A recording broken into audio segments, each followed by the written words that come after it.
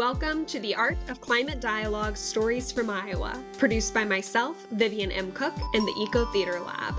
And welcome to today's conversation with artist, farmer, anthropologist, ethnobotanist, and activist, Moselle Nita Singh. Reverence is so important for really nourishing deep care for the things around you, for the things that you have, the little that you have. I always think about also my grandpa, when he first came to the United States, he brought 1 cup. And he said, this 1 cup is for me to drink water, it's for me to eat from, and it's for me to wash myself with.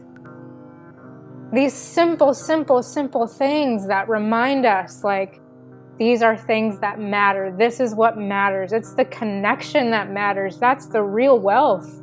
That's real wealth. And it's been interrupted again and again and again and again. And it's absolutely painful to live in this society that, doesn't have that. We're not given access to that. People don't have access to the relationship with land in that way. They don't have the relationship with the plants in that way, with water that way. It's just so painful. But how do we get to that? It's, community. Absolutely. And it's going to be really, really challenging, but I'm hoping that more and more people are willing to take the risk to jump into this very uncertain unknown, because that's the only way to separate yourself from the overwhelming processes of, again, capitalism and colonization. How do we begin to decolonize? What does that look like in our lives, and how can we begin to do that? It's complicated and it's imperfect, and accepting that and finding those areas where we can celebrate in resistance is so key.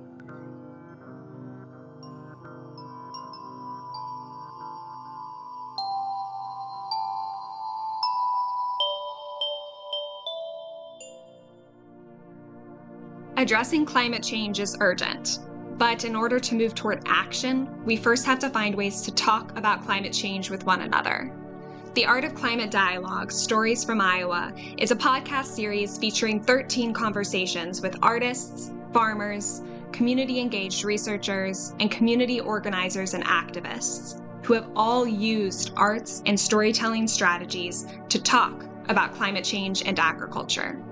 Through this podcast, they generously share these strategies so that listeners can implement them in their own communities. I'm Vivian, and I invite you to explore the Art of Climate Dialogue with me. As we enter into these conversations around climate action, sustainable agriculture, and community-engaged arts in Iowa, the Eco Theater Lab and I want to first recognize that Indigenous nations have been leaders in such conversations for centuries and continue to be today. Iowa now occupies the homelands of Native American nations to whom we owe our commitment and dedication. Iowa is now situated on the homelands and trading routes of the Ioway, Meskwaki, and Sauk, Oto, Omaha, Ihanktawa, and Santee. And because history is complex and time goes far back beyond memory, we also acknowledge the ancient connections of many other Indigenous peoples here. The history of broken treaties and forced removal that dispossess Indigenous peoples of their homelands was and is an act of colonization and genocide that we cannot erase. And as a result, Indigenous ecosystems within Iowa have suffered from extraction, degradation, and unsustainable agricultural practices, contributing to the ongoing climate crisis. Understanding and addressing these injustices is critical as we work toward climate dialogue, action, and justice in our communities. My thanks to podcast interviewees Shelley Buffalo, enrolled member of the Meskwaki tribe, Lance Foster, enrolled member and tribal historian of the Iowa tribe of Kansas and Nebraska, and Sakawis Nobis, Plains Cree Soto of the George Gordon First Nation, for their collaboration in developing this acknowledgement.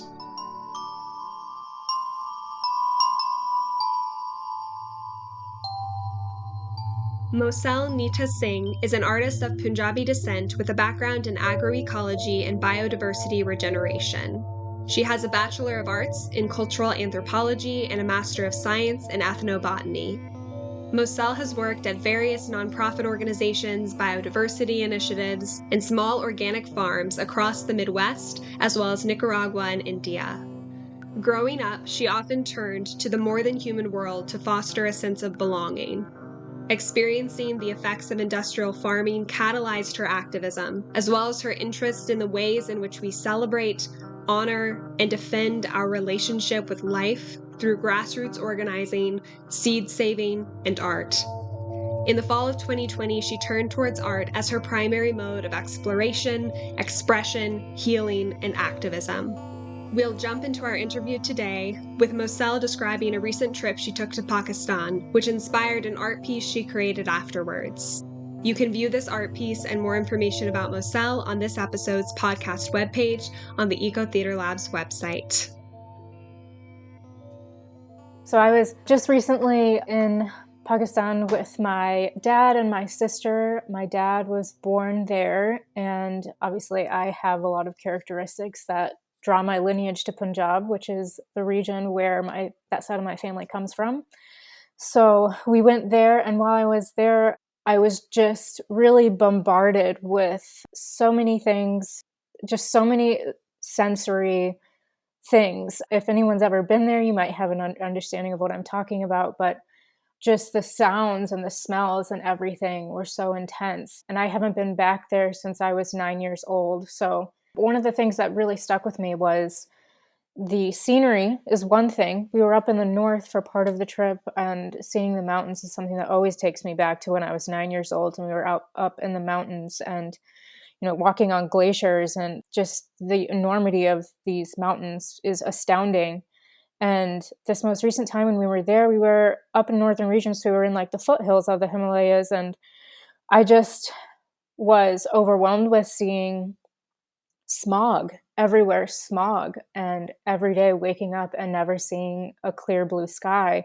It just really hit me kind of where we are in this trajectory as like a human species on this planet, and experiencing climate change and the different effects, and how all of these different components are coming together to create this experience that we're all having on this planet together.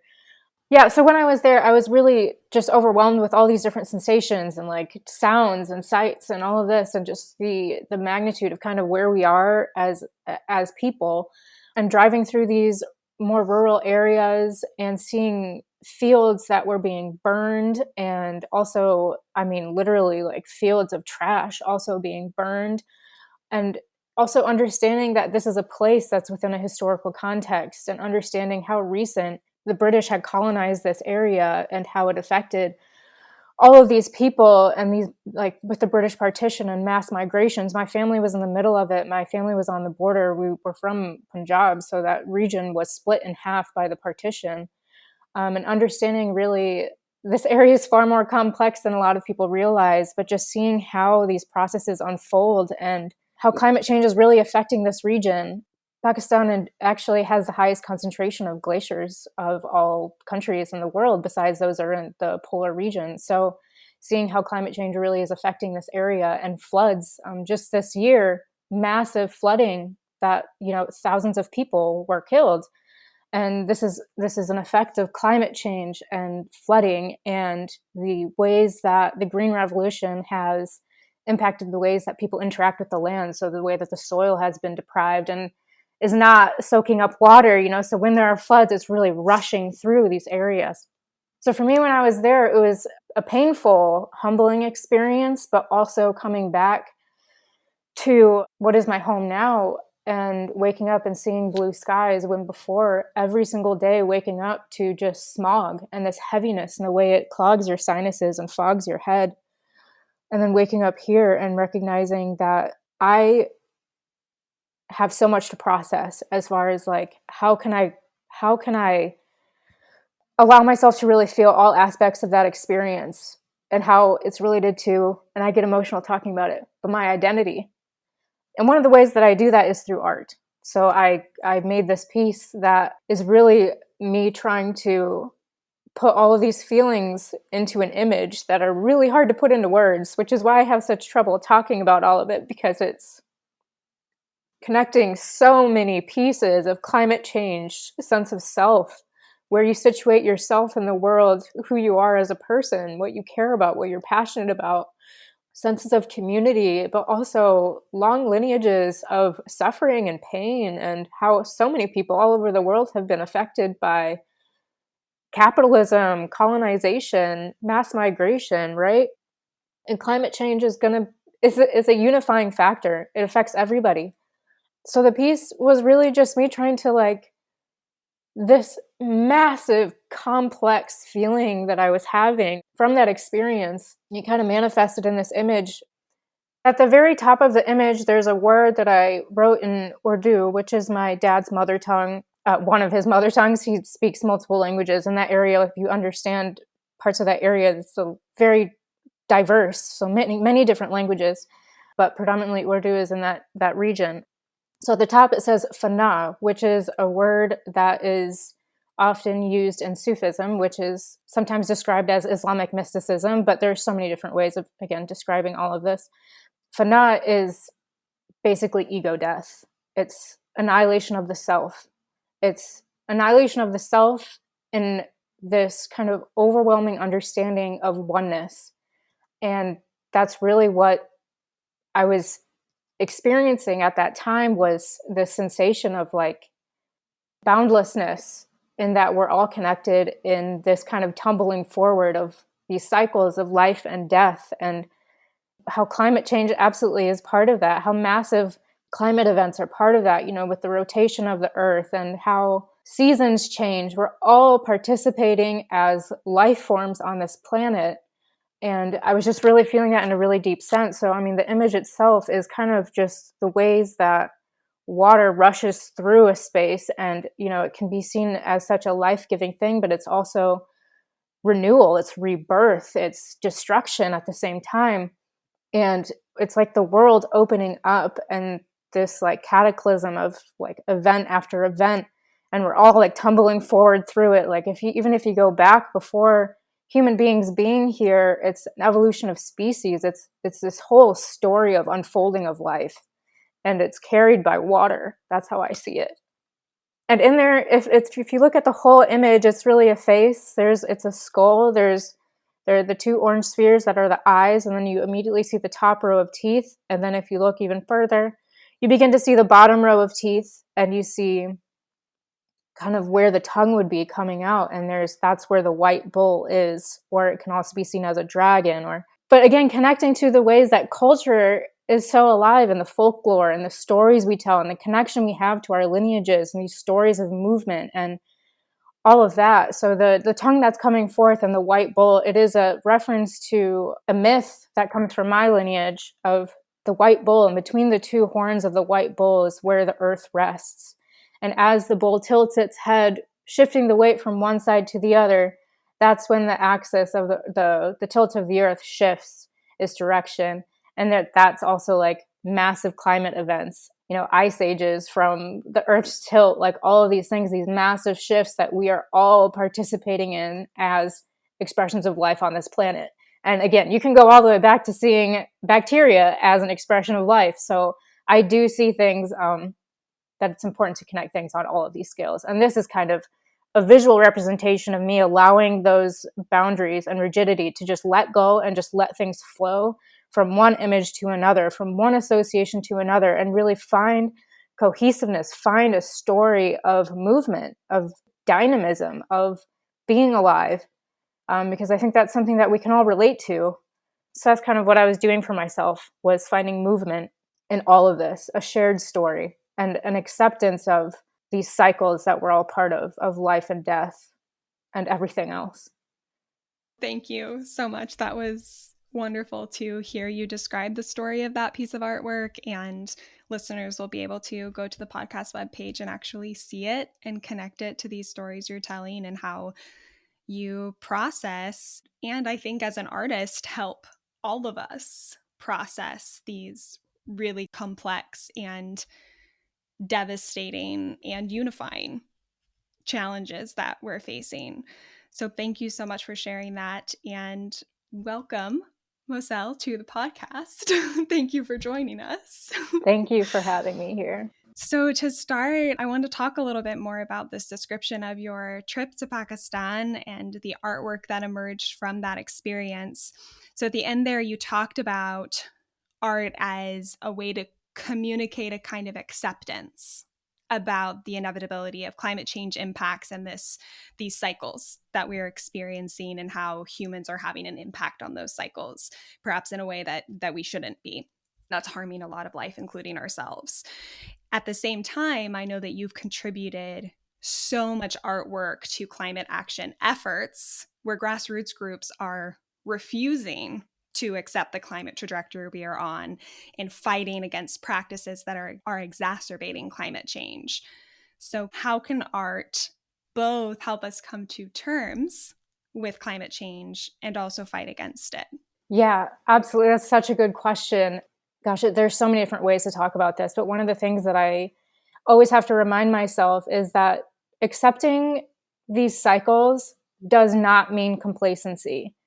And I've never really felt complacent about it, but it's easy to think, oh, if I just accept these things, it's just inevitable, and why should I care? I've never had the option of not caring. I always deeply care about things. But I think a lot of people, when it's intellectualized, it's like, well, why should I care about this if it's just going to happen anyways? What's the point? For me, acceptance is not complacency. Acceptance is understanding that I have a place here. And while I exist in this place, in this form, as this person, I'm going to use, I keep getting emotional. So I apologize if emotion makes people uncomfortable, but it's just kind of my person. Don't apologize. Understanding that I have a place here and I'm going to use my talent and the things that I care about, the way that I choose to express them, which is often through images, which is often through art, because I always feel like language fails me. I'm going to use that to celebrate the life that I have here, to have curiosity for the things that I've experienced, to really honor the phenomenon of life that I am experiencing and I have experienced for 31 years, to honor all of those things, all of these experiences that have come to me. Art is a way to celebrate. Art is a way to really have celebration be the mechanism of resistance. And I think that's such a powerful thing, because resistance doesn't have to come from a place of hate or division. It can come from this place of, I am going to celebrate my life so hard and so deeply. I am going to honor this connection that I have felt with plants, with water, with seeds, in a way that cannot be silenced by mechanisms of colonization or capitalism. I refuse to deaden the life around me. And I do that by enlivening that which I'm experiencing. It's not through mechanisms of violence. It's through bringing things to life and really amplifying those things that are so alive around me. So art has been a mechanism of that, and bringing myself in connection with all these people around me who similarly are coming from fragmented identities, or identities that have been affected by colonial capitalist processes, and really fighting for this truth that we're all connected and that I'm connected to the life around me. So for me, that's kind of what it is. Art is a way for me to give the gift back, the gift of being alive, to show that the creative, dynamic things that make me alive and those feelings and all of that, I can lend that creativity back to a collective cause of resisting the idea that we're all just dead matter meant to be transacted for corporate gain, which is just absolutely a vile way of understanding this life that we have. I really love the way that you describe your work as resistance through celebration, and as not only the end product of whatever you create as an artist being resistance, but that your entire process as an artist is that by making sure that it is celebratory, that it is unifying, that it is connecting with other people. Things that I think often don't happen in the practices that are so exacerbating the problems that we're facing with climate and social justice.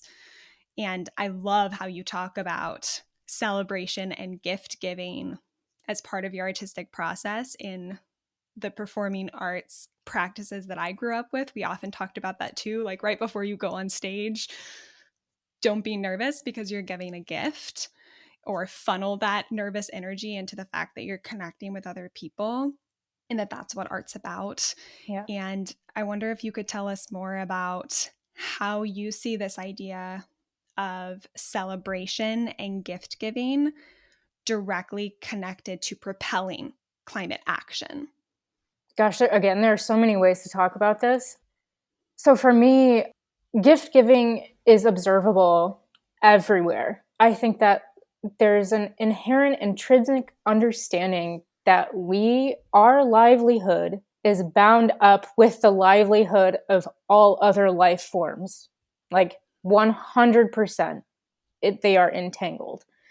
And this is something that has been forgotten because of the mind mechanisms of supremacy. Mm-hmm. And the ways that we have kind of created this framework that humans are supreme and we're like the pinnacle of evolution. That's not actually what it is. That is like such a warped way of understanding what has come to be. We emerge from a complex interaction of all other life forms. We would not be here without that. We were birthed from that. We didn't come before or after. We were birthed from that. I think that's really, really key, because as we look around, we don't have dominion over anything. That is not the right way to look at it. That is not accurate. That's not real. We are in partnership with, we come from, all other life forms are different forms of elders. And one of the things that I keep telling myself is a better way of understanding this connection that we have of everything is through kinship. And I really, really feel that. And it's tied to my experience of being somebody who grew up in rural Iowa and someone who has I didn't really have a good sense of belonging. So I literally did turn to plants primarily, and amphibians. It's like frogs, frogs and trees. I was very, very much so, I observed them. And then there was this like deep care that came from this being on the land with these other forms of life. And they literally saved my life so many times. But I found a sense of kinship with the more than human relatives who live here with us, because everyone has that. Every human being has that.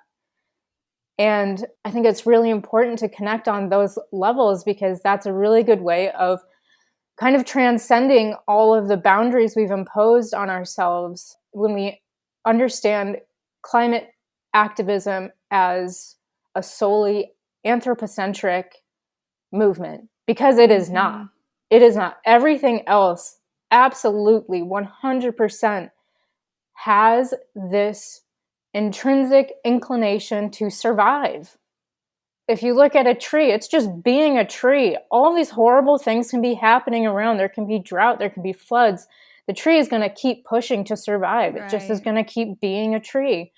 And we're all part of that. So I think for me, it became, really connecting to this kind of a multi-species understanding of self, and situating myself as being in kinship with more than humans around me gave me a strength to kind of understand that I belong no matter where I'm at. Mm-hmm. And I'm going to dedicate myself to all of that unfolding.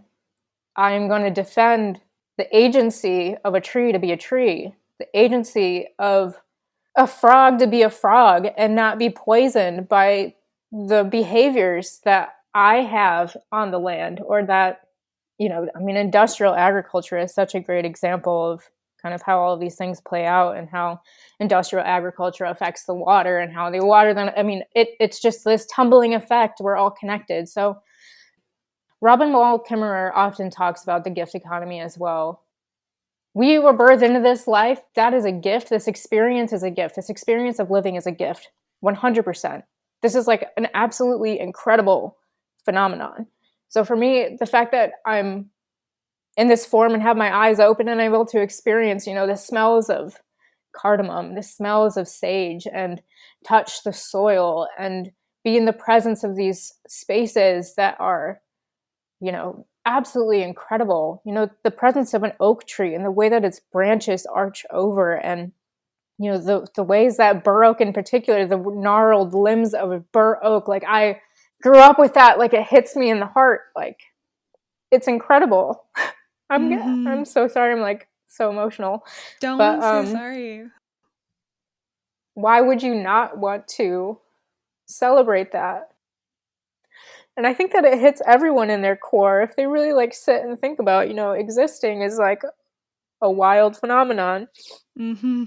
It doesn't matter who you are or where you're from, or if you can understand aspects of your lineage or not. A lot of us don't know where we came from, and it doesn't matter. You're here and you belong. And I think that's important to remember. Thank you for sharing that. I think it's really beautiful to not only think about our relationship with all of these both problems and just existence in this way, but to talk about that because I feel like we don't actually Yeah, I very think it's much. often oftentimes these conversations are reduced to, and at the same time, overcomplicated by a very anthropocentric view, as I mentioned before. Like, we can get into the biopolitics of all this, absolutely. I mean, I can absolutely get into that, but at the same time, I think it's really important to set the precedence that this is like something that transcends all of those boundaries that we put on categorizing and identifying, and like the borders that are artificially created between us as people and as life forms. Do away with all of that. Let's like make that the precedence, like do away with all of that. And then we can get into the specifics of like understanding how all of those movements and flows go through different identifiers and categories of like people and life forms and like geographic locations, like, because it's the same process as tumbling through all of these places. So that's Right. why I like to set the precedence of we are all actually very much so experiencing the same thing. And then we can talk about specifically what's happening on the ground in certain places, because it's the same thing. It's just different expressions. And how do you think that art can play a role in helping us build these relationships that are celebratory and are unifying, not only with other people, but with our larger ecosystem, and try to bridge those gaps that we're constantly told are part of the narrative? Yeah. I mean, I'll start to get into more specifics because I've already spent a lot of time talking about these like larger ways of understanding all of this. But like, for example, with my artwork, I've always made artwork, but I didn't really publicly share it for the majority of my life. The majority of my life, I've worked in agroecology and biodiversity conservation. But really, it was me like coming from that place of being a little kid and seeing the frogs die and being curious about why are they dying. And I was asking questions as a child, right? Like, what's happening here? Like, I was reading Rachel Carson in 6th grade and writing about the effects of industrial agriculture on water and soil and Mm-hmm. how it affects amphibian and aquatic life.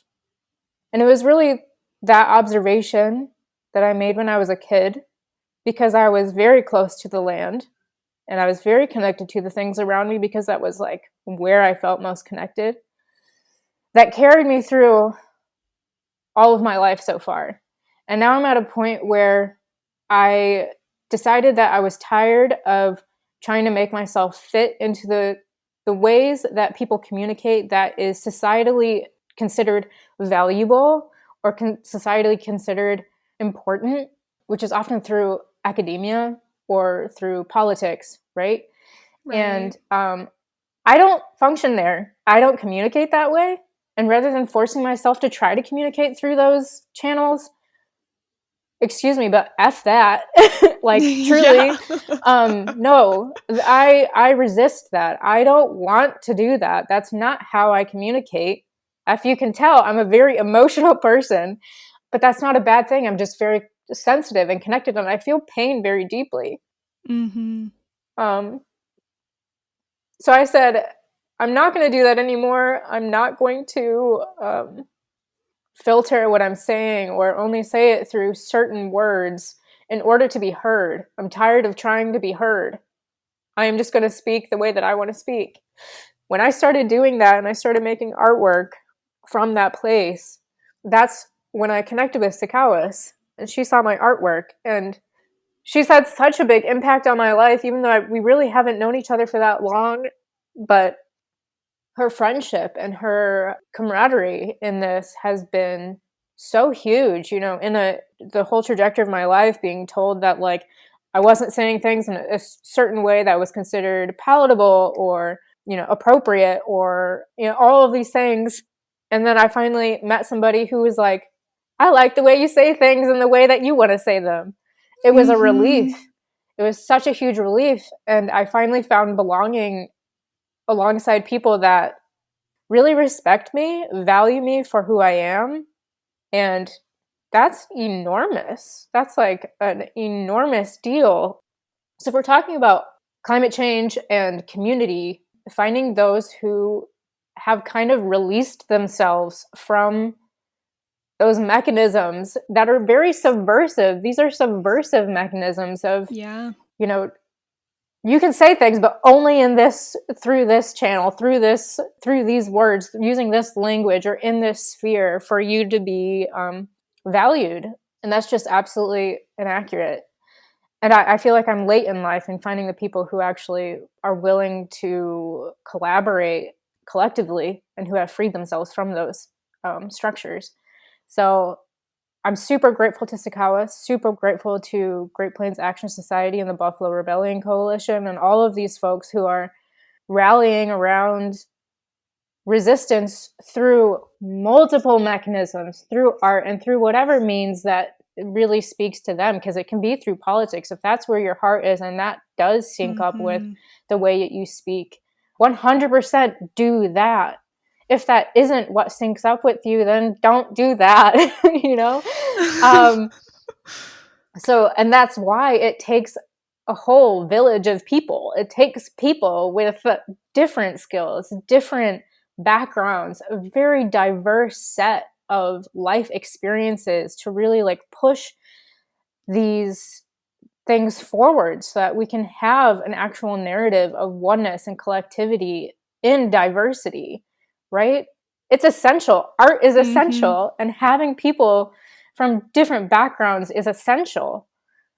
Yeah. Yeah, and I know when we talked earlier, then you were talking about how it can be very isolating.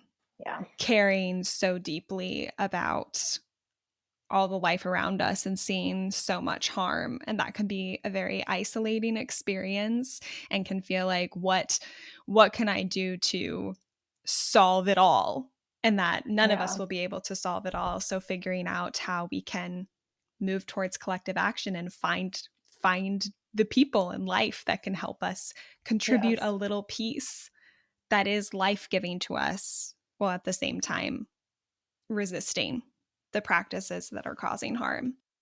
Absolutely. Yes. Yes. Can we talk a little bit more about the artwork that you've done with groups like Great Plains Action Society and the Buffalo Rebellion? I know you recently created artwork for the Buffalo Rebellion Coalition's Climate Justice Summit in 2022. Yes. So how did your artwork help facilitate conversations about climate action through that event? So for the Climate Justice Summit, I was kind of given an open prompt, basically. I mean, I was given the event, so the Climate Justice Summit. It was in Des Moines, Iowa. And so I grew up in Iowa. So I really did pull from all of my experience that I've had growing up in rural Iowa, literally surrounded by corn and soy. And the fields would be aerial sprayed. And I remember that as a kid. And like I said, again, I was asking questions at a very young age. And one of the things that was like just very blatantly in my face was this very distinct difference in the way that people understood and approached land. And I came to understand that relationship between people and plants is literally written in the landscape. So there's industrial agriculture that promotes monocultures. It promotes homogenization, and really like in every single way. So I don't just mean homogenization of like having monocropped fields of corn and soy. I mean biocultural homogenization. So the main thing that I kept popping in my head was this quote from Vandana Shiva, who's an environmental activist that I work for in northern India.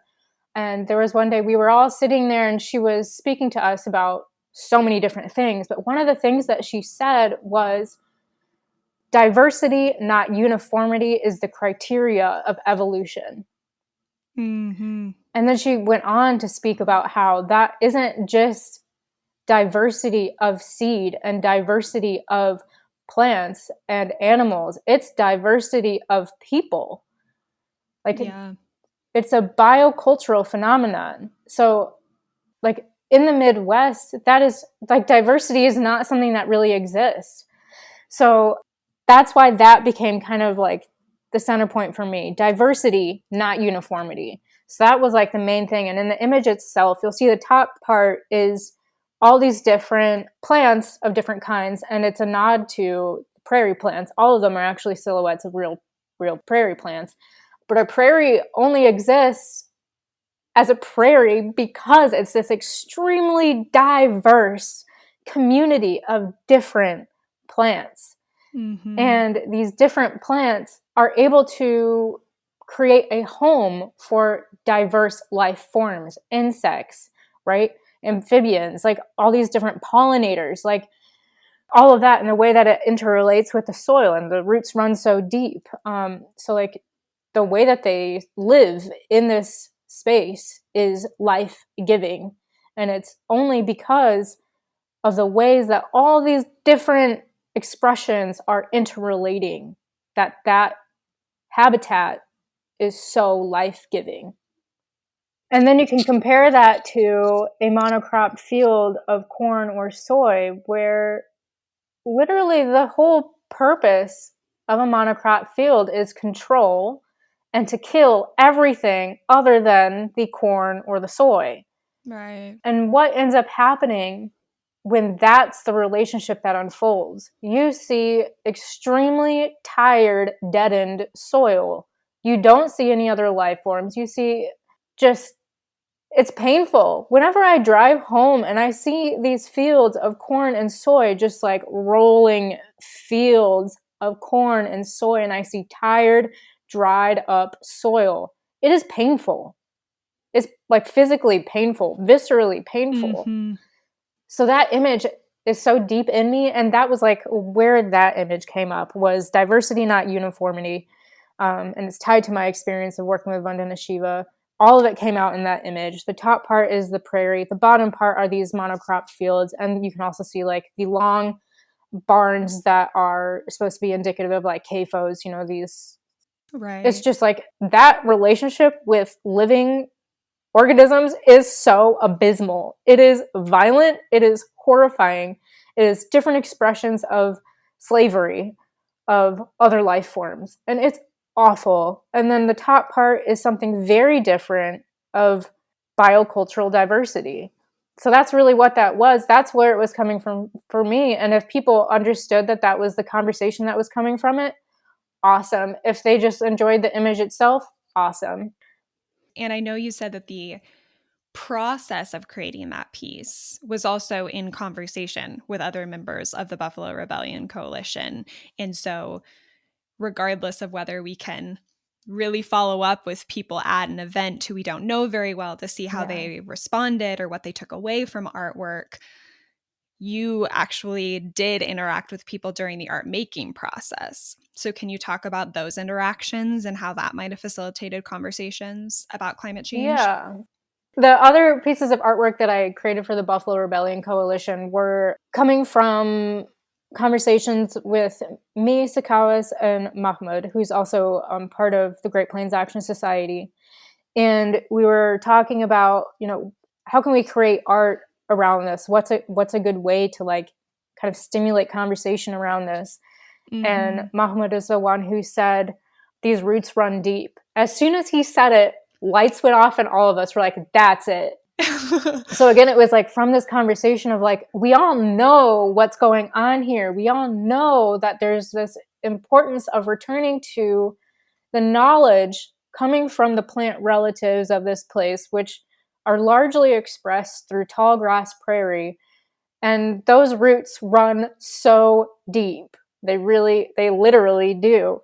So all these conversations that are coming up, with like the CO2 pipelines and, the ethanol production, and then like how all of these giant things, the monocrop fields of corn, how that's often funneled towards CAFOs or ethanol production. And then the ethanol production produces a ton of CO2. And then part of their whole line of thinking is, okay, well, we produce all this CO2 for these green initiatives. Let's initiate another green initiative of these CO2 pipelines of carbon sequestration, and like, let's pump it all into the earth. And that's like, the scope is so narrow. It's only through the mechanisms of capitalism itself, of ethanol production, as ethanol production is the most important thing and everything else around it needs to go back into the ethanol production, which is like not going to serve anyone other than the corporations. So that's why people are starting to like speak out against the CO2 pipeline. So that's why we were having this conversation. How can we create art to kind of open up this conversation that people understand it's not a green initiative. That is not a green initiative. It's being marketed as such. They're saying that this is like, part of a sustainable approach to the land and all of this stuff, but that's not accurate. Who are the ones who are actually having the most sustainable interaction with this particular habitat? Tallgrass prairie. Like, if you really want to talk about long-term how to address these issues, you have to understand that your greatest allies are going to be the living architects of a space. That's plants. 100% that's plants. And from the plants, they're the ones who are creating the habitat. They're creating the home that supports all other life. And it creates not only the home, but it creates the architecture through which air, soil, water, sunlight, therefore energy, is moving through a space. They are vital. Why can't we get back to that? And also, I just want to throw this in there because it's something that I keep thinking of, is it is 1000% true that within our lifetime, we can have massive life-giving effect on the spaces around us. I think oftentimes people think humans only have the capacity for a destructive impact, and that's not true. Humans can have a relationship with plants that absolutely is life-giving, that is going to have a biodiverse effect on the space around them, a life-giving effect that's been shown again and again and again, and also within my own direct life. And when we moved to this place in rural Iowa, it wasn't all wooded. There was no prairie, but we were planting things. We were planting oaks. We were planting tall grass prairie, and it became this little pocket of life that was nowhere else around me. And I literally watched these trees grow from planting them to being absolutely massive, and understanding that within 30 years, massive changes can take place if you have a relationship with plants, because they, again, are living architects. You can't put what's going to do it better, a solar panel or a tree. It's going to be the tree. The tree is going to have more beneficial effect than a solar panel, 100%. I can't believe that that's even a question in some people's minds. We haven't talked about this much, but you have a background in anthropology and ethnobotany, right? Yes. So can you talk a little bit about how, one, what you studied in those realms, and then how that has informed your artwork for events like the Climate Justice Summit. Oh yeah. Okay. So again, like I said, all of this is coming from my gut. Like all of this is coming from my heart.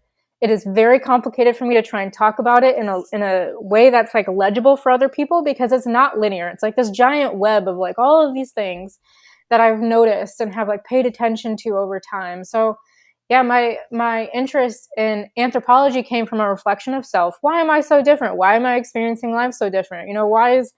Why for me is normal having curry all the time, or like why is normal for me like having like eating a whole garlic with my grandpa and like talking about his time growing up in a village in India, like that was my normal, and it was very different, and I kept getting fed these things of like, you don't belong, go back to where you came from, all of this stuff, or like your family didn't deserve to immigrate here, things like that. And I was trying to like, how do I make sense of this person that I am in this space? So that's why I turned to anthropology. I was like, culture is a weird phenomenon. It is so strange how people can have very different perspectives and it's like literally every single person has a different world that they're living in, because they have different realities, they have different truths, and they have different life experiences.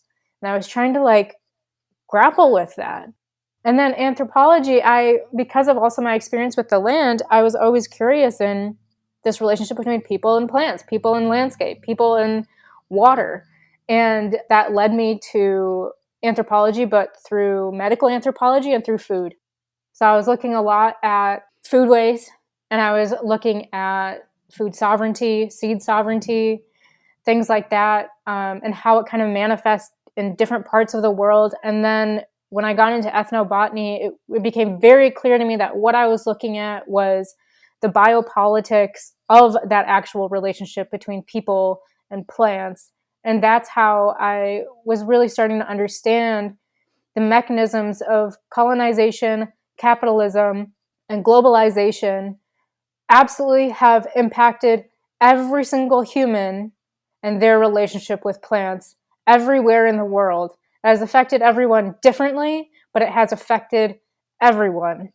And I just started to really like take the lid off of like every single situation I was looking at. I was like, okay, even something that seems so positive, something that's like the production of native seeds, production of seeds for tallgrass prairie. How is that being done? There are many different ways that that's being done, but it became very clear to me that there are mechanisms that we really need to keep our eye on, which has a lot to do with scale.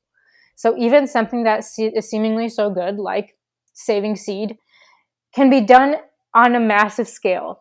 So plant domestication processes became something that I really tuned into, because that particular relationship that we have with these plants that are seen as valuable for agricultural purposes, for cultivation purposes, what has happened in those relationships? We have created this relationship that has expressed itself, or has manifested, I suppose, in a way that has resulted in plants that are no longer resilient to drought, no longer resilient to salinity in the soil, no longer resilient to massive climate change. We have over domesticated these plants. We have instilled domestication syndromes where the plant can no longer protect itself. It's no longer synthesizing the compounds that it needs to protect itself, these defense compounds. We've actually bred those out of a lot of plants because they often have a bitter taste.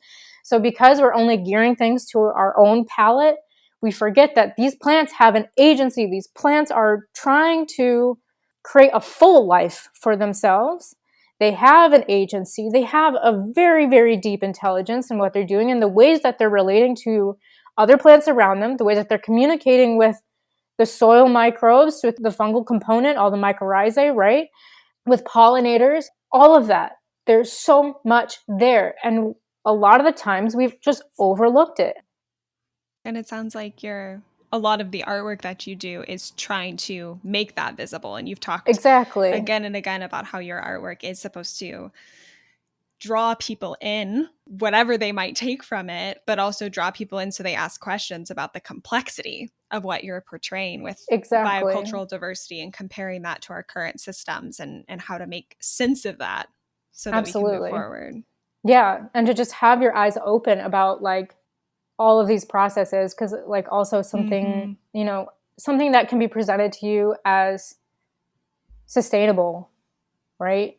Be aware that's not always the case. You have to question scale.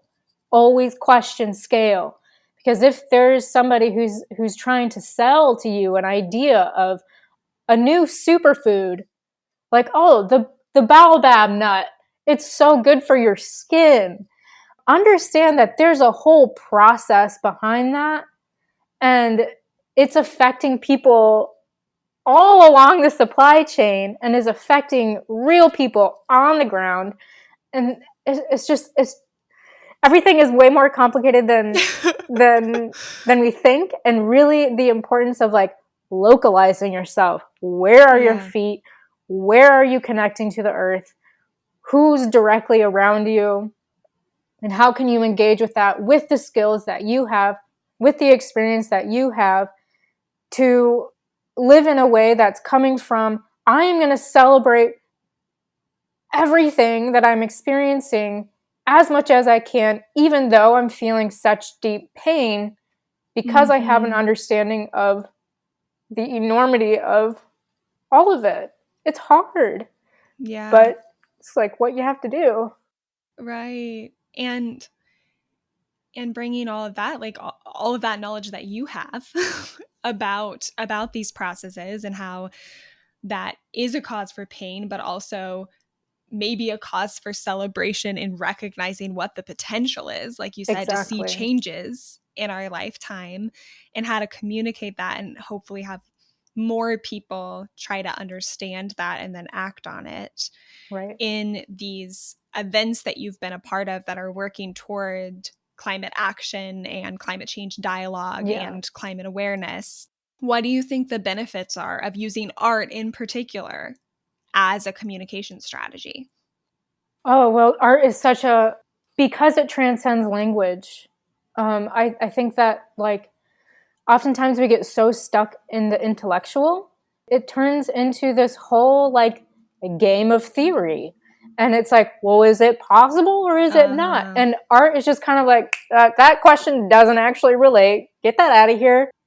Let's actually take the barriers off, and it shows so much movement and so much that we cannot put into words.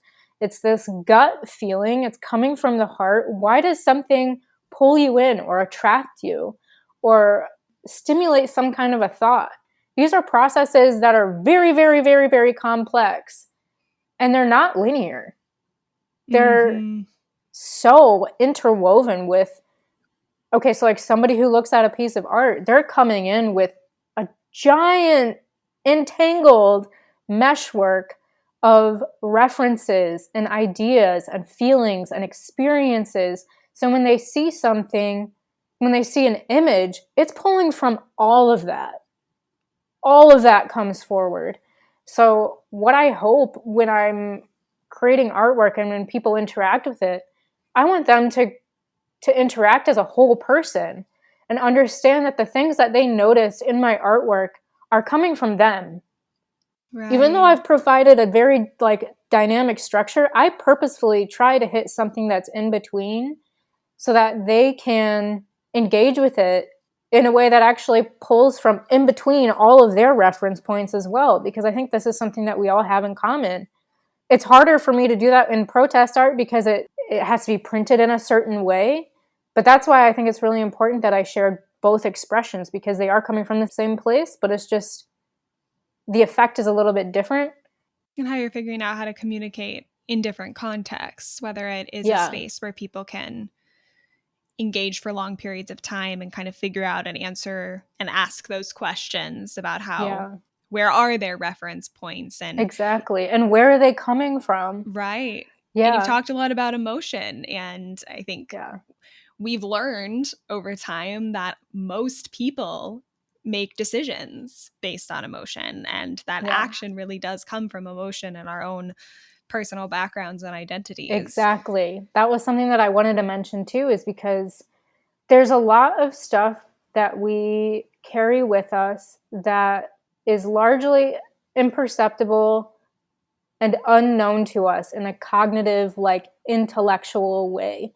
But it's in us, just like our DNA.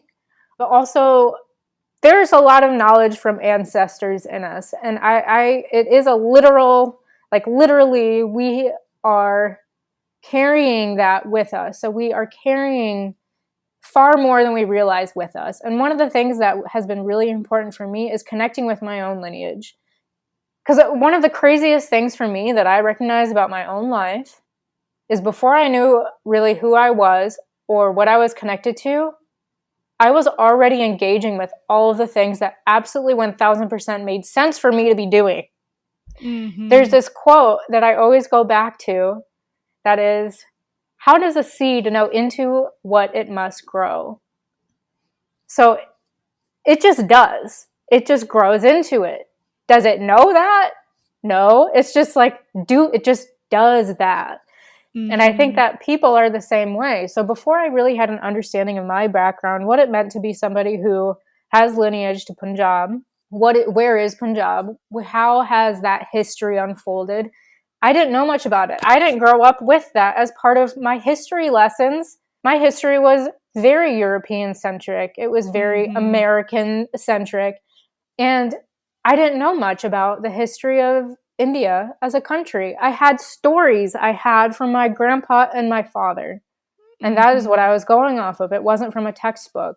And it was hard for me because I'm this person who's in between. My mom is of European descent. We don't know much about her descent besides potentially Danish. And then my dad's side, I know much more about. I am very much so in between. I wasn't brown enough or Indian enough to really connect with the people who had two parents who were from that region. And I didn't grow up speaking the language because my dad wasn't speaking it in the home. Identity has a huge, huge, huge role to play in understanding who we are, having confidence in who we are, letting go of the feelings of shame, and moving on and actually coming from a place that feels authentic and real and expressing from that point.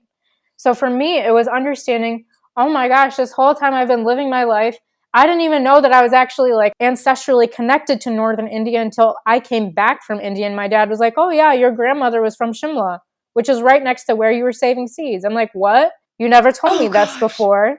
And then I literally just about a month ago found out that, so my grandpa's parents, so my dad's dad, my grandpa, both of his parents were orphans who were both in a Christian missionary compound in Lahore. And this is pre-partition India. So this is before Pakistan was even a country. A lot of people don't understand Pakistan is a newer country. It was formed in 1947 after the British partition. So they were in pre-partition India.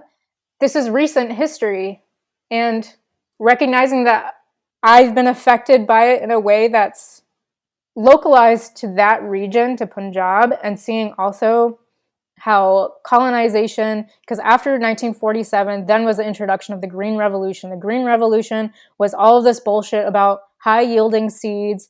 If you buy these certain seeds and you apply these chemical fertilizers and pesticides, you'll have all these high yields. It was all about production. It was all about, that very capitalistic understanding of the relationship with the land. It completely interrupted the village unit in Punjab. People weren't functioning in the way that they were before, from series of colonization, famines, and then introduced the Green Revolution. Punjab means the land of 5 rivers. So these rivers are coming down from the Himalayas. It's considered the breadbasket of India. And then I can't help but recognize, oh my gosh, there's a parallel here with Iowa and the connection with the Mississippi River and the way that industrial agriculture has affected this region of Iowa. How incredible is it that growing up in Iowa, I didn't even understand that was directly my lineage, and I'm over there saving seeds without understanding. Another thing that I feel it's really important to mention is the ways that the Green Revolution has now resulted in farmer suicides that are happening throughout Punjab. Farmers who are caught in cycles of debt because they have to buy these seeds. They're not allowed to save their own seeds, and they end up drinking the pesticide that they are told to apply to the soil. They end up drinking it. The water table has, like, the groundwater has, like, nearly completely depleted. The 5 rivers, it's supposed to be the land of 5 rivers, and they're drying up. The soil is deadened. It's not as lush as it used to be at all. And now looking at the pollution and all of this, like, that's affecting that part of the world. And let me tell you, Iowa, though it's different, these are the same processes. Right. So it's just like seeing on one side where it's affected them differently, and has resulted in, since 1995, like over 200,000 farmer suicides. This is a problem. Yeah. This is unbelievable. And no one's talking about it. People don't know that in 2021, the massive farmer protests that were happening in India, this is why. People don't even know it was happening. It was the largest protest that was happening at that time. People didn't know about it. All of this is connected. And then, understanding, why was that the thing that caught me when I was a kid? The pesticides being sprayed. And I started asking those questions as a little kid. I think there's far more at play, and connecting it to, well, where did I come from? Who are the indigenous in the land where I came from? I'm not saying that I'm indigenous, because I'm so many weird iterations of something else that I feel like I don't really have a place. But my art is the way that I create a place for myself. But all of us have these very complex lineages. Ask the question. Thank you so much for sharing those experiences and how you've used artwork to try to make sense of for yourself and for the wider community that you're a part of. Like what these questions are that we should be asking, and how our history has led to our current moment, and how our current moment could lead to a future that has more potential and has more connection. So as you've worked as an artist in climate movements over the past several years, can you talk a little bit about what you've learned about using art to encourage conversations about climate change? Yeah. Like I mentioned before, I didn't really start leaning into art as my main way of communicating this until 2020. And it completely changed my life. I suddenly felt so much freer than I had ever felt before. And it just goes to show that, like, I guess the main message for me from that process was finding your passion and communicating in a way that doesn't bind you up is so important. It is so important that while we're here, we honor ourselves and at least give ourselves the opportunity to express ourselves without the thought of, this isn't enough, this isn't right, not being valued, all of that stuff. Do away with all of it. Just let it come up and honor that process. Every single thing we do is a creative process. Whether it's in science, academia, whether it's in politics, whether it's in all of it is a creative process. Everything we do, the way that we are in the world, is an expression. It's a creative expression. We are the ones who are piecing together what we choose to be important and how we choose to conduct ourselves in our lives. The ways that we live is a creative, artistic expression. The ways that we communicate with people, how we relate with our community, how we what's your connection with your own body, that too is such a beautiful place to begin being curious about, how do I want to engage with this relationship, with this kinship, with this experience itself. So I think that was a big shift for me, and it opened up so much in my life. Yeah. What have you experienced as barriers to talking about climate change in agricultural communities? And then how has art helped, or maybe also faced challenges in that realm? In academia, there were definitely barriers throughout my entire academic experience. Barriers along the entire way. A lot of the things that I was talking about when I was younger, people weren't asking those questions. So I was really isolated, and people didn't really care about the things I was talking about either. And then as I got into working for nonprofits, I found it incredibly difficult. Nonprofits, specifically in the United States, when I was working for nonprofits that were Like, for example, when I was working for Vandana Shiva, she's from northern India. It's a very different way that nonprofits come to fruition when it's created by somebody who's from the region and really understands the complexity of the place and has connections to the indigenous communities and is literally doing everything that they're doing for the indigenous people to benefit them. It was conserving indigenous seed for indigenous people. So very different from the way that nonprofits tend to unfold in the United States. Oftentimes they are not formed in such a way. And I kept finding myself in situations where I'd be speaking out about something or I observed something that didn't make sense and seemed to be quite exploitative in nature. So I would ask a question. And obviously, those questions are really uncomfortable for people to look at. If they really want to believe that they are functioning from a place of justice and righteousness and all of that narrative, there's a lot of savior complex that unfolds in the world of nonprofits. But also at the same time, what's very real in the United States is the nonprofit industrial complex. And that was what I kept poking at every single nonprofit I was at. And people don't want to look at that. So that's why I ended up leaving that way of being, or that way of like engaging in these conversations, because it didn't fit well for me.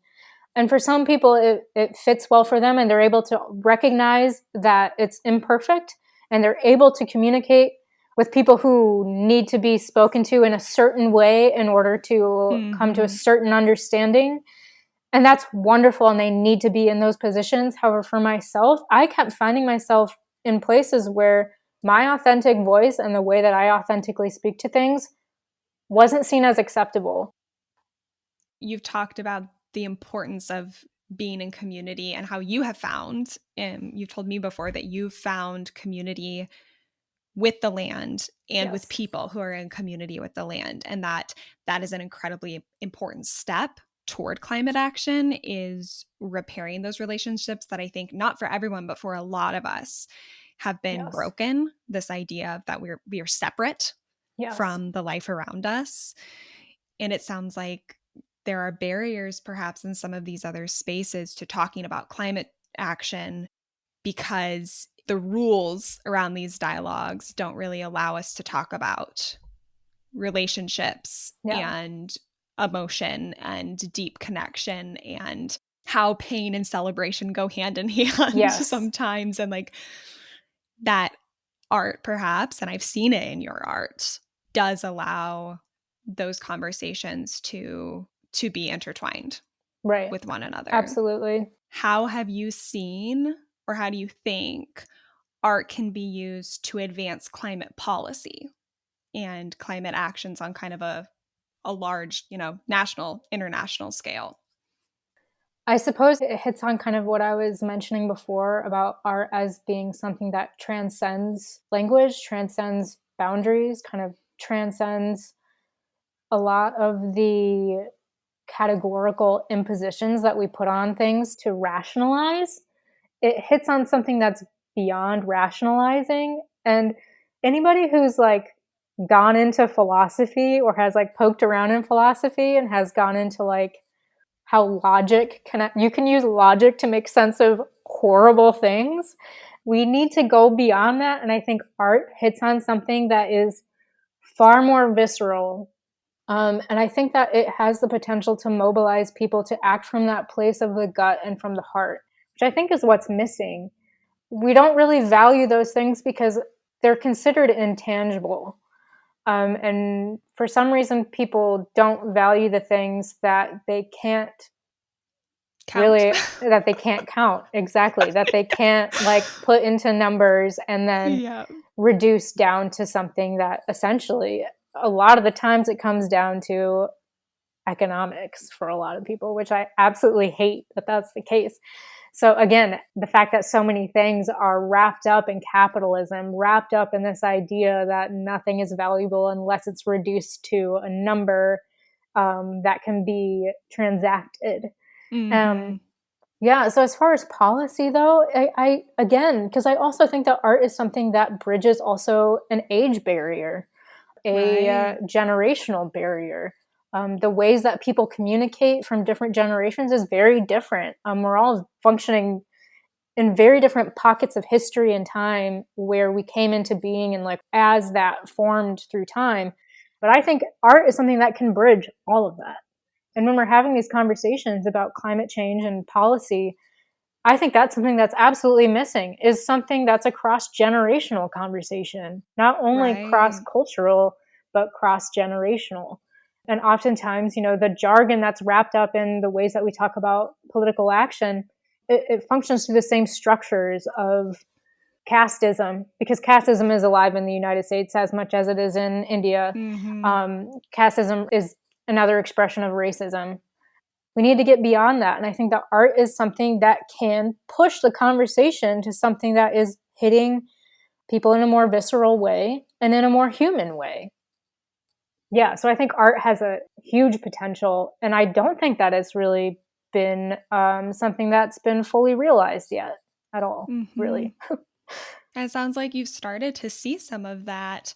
I mean, you talked about the importance of moving towards policy as being able to mobilize people to push for policy actions that will address climate change. And it sounds like in the Climate Justice Summit and other events that you and the Buffalo Rebellion have done, that art has helped build community that builds up this mobilization to push for certain ideas and actions to happen. Yeah, it's a great point. I mean, because as I had mentioned with the formation of the different designs for the Buffalo Rebellion Coalition and the protests for the CO2 pipelines, I mean, we also were collaborating with David Solnit, who's a very well-known art activist based out of San Francisco, the Bay Area. And, you know, we were collaborating with him. He did the actual printing of the signs. So, you know, the conversation wasn't isolated to Iowa. It suddenly reached all the way to the West Coast. And then they had a teach-in over there while they were building some of the materials there as well. And just having these opportunities to come together to understand that there are pockets of people who have shared values, I think is such a healthy reminder of like, you're not alone. We might be all working in isolation. We might be like creating in isolation, which is often how creativity happens for a lot of people. But even if that's the case, there are people who have shared values, and we need that reminder. And one of the huge things that has been interrupted from these processes of colonization and capitalism is an interruption of the ability to form community around shared values. It's purposefully interrupted because when you have the ability to actually gather around shared values and community, you can mobilize and you can break down these really strong structural systems that don't want you to do that. Thank you. And thank you for sharing your own experiences finding community with land and with people, and how that's through your artwork and the other experiences you've had in agroecology and everything else. Thank you for talking about it, because I mean, I think that's what we're trying to do with this podcast series too, is just to say we need to talk about it and figure out ways to ask the questions and not just all be thinking, some of us at least, you know, thinking these things on our own, and that is isolating. Yes. So thank you for sharing. And I have 2 questions that are really for our listeners to take away from this conversation. So 1, what are the 3 key ideas that you want people to understand about the work you do as an artist and climate activist? 1, you belong. You belong in this conversation. You belong exactly where you are. And you belong by your own creative mechanisms. You create the space in which you belong. 2, I would say, main takeaway, I would hope, is that we are intrinsically, necessarily multi-species assemblages. And I would even do away with the word species, honestly, if you allow your mind to continue to actually understand what I'm trying to say. We are absolutely connected with all other life forms around us. And remembering that will also help foster that sense of belonging. And then 3rd, I would say find your way to express that celebration and resistance, because it can look like anything that you want it to look like. And take the risk, because the world is a wild, wild place, and somehow things fall into place. And when you're doing things from your gut and from your heart, incredible, absolutely incredible things happen. And trust in your experiences. Find inspiration from your lived experiences. These are so valuable. You don't need to be digging into textbooks all the time. You don't need to be, to prove yourself right or wrong from external sources. Understand that there's so much knowledge at your feet and in your direct experience. Trust your gut. Those are incredibly helpful, I think, too, for us to take away from everything you shared about the work that you do and to see that in the work that you do, and also for us to think about in the work that we do. So with that, the last biggest takeaway, what is the biggest recommendation that you have for others who might want to use artistic strategies to facilitate conversations about climate change in agricultural communities? Yeah, I would say remember to balance, because engaging with this topic and connecting yourself to this topic, because art, you have to be able to engage with that very deep place to create. Balancing the pain and the joy is very, very difficult. However, I always have to remind myself, don't forget the role of play. Don't forget the role of curiosity. These topics are so painful and so heavy. And again, like I said, we live in a society that is purposefully isolating. Do not forget to play. Do not forget to be inspired. Do not forget that this whole experience, you can play with any sense that you have. That's why I really love that you're talking with artists who have so many different mediums. That is so important, because play with sound, play with different images, play with clay, play with soil, play with books, go talk to people, be inspired, lift yourself up, and be totally taken up by the phenomenon of being alive, that we have this opportunity to go and touch a tree, to smell soil, to touch water. Remember that these core things are sources of such inspiration that are infinite. Don't forget that you have access to that source, and don't give up. Thank you so much for that recommendation and for this entire conversation. It was so wonderful speaking with you, Moselle, and to hear more about your work and the wisdom that you bring and how you integrate all of your areas of expertise and play and relationships into the work that you do. How can people stay connected with you and your work? I'm in the process of creating a website. So in time, there will be a mosellesingh.com that you could go to see my stuff. But if I said anything that really perked you up and you want to have a conversation about anything, or if you're an artist and you're wondering how to get started in this or anything like that, really any questions at all, if anybody was so inclined to reach out, feel free to email me. I'm not doing commissions unless they're for climate justice type work, but kind of side stuff, I'm very busy. But I'm open to conversation and all of that. I do want to be connected. So if I did end up inspiring anybody, I would love to be connected. Well, you inspired me, and thank you.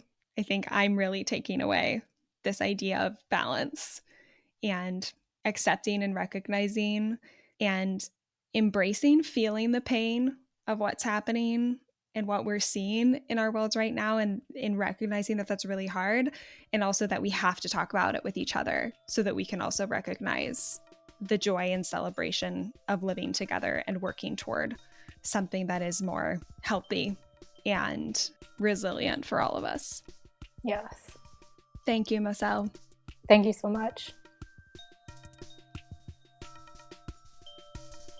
Thank you for listening to The Art of Climate Dialogue, and we hope you'll listen to the rest of the series. More information about podcast interviewees is available at ecotheaterlab.com.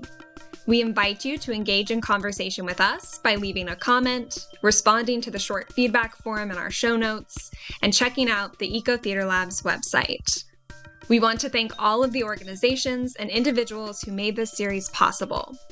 This project is funded by both a North Central Region Sustainable Agriculture Research and Education Program graduate student grant, which is supported by the USDA's National Institute of Food and Agriculture, and a Johnson Center for Land Stewardship Policy Emerging Leader Award. Our podcast consultant is Mary Swander, our podcast musician is Omar DeCook Mercado, and our podcast artist is Moselle Nita Singh. Our podcast land acknowledgement is adapted from text developed by Lance Foster and Sakawis Nobis, and from conversations with Shelley Buffalo. Rosie Marcoux-Rowe is our podcast editor, and I'm Vivian M. Cook, Community Engagement Director for the Eco Theater Lab and the Art of Climate Dialogue, podcast producer and host. Take care.